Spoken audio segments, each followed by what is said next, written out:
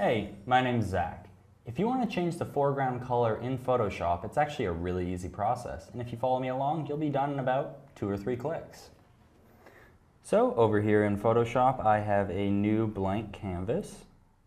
And down here in the left-hand corner, right at the bottom, we see 2 white squares.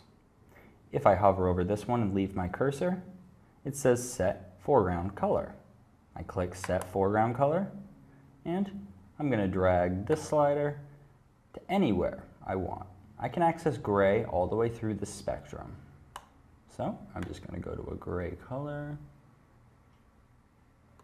and say OK.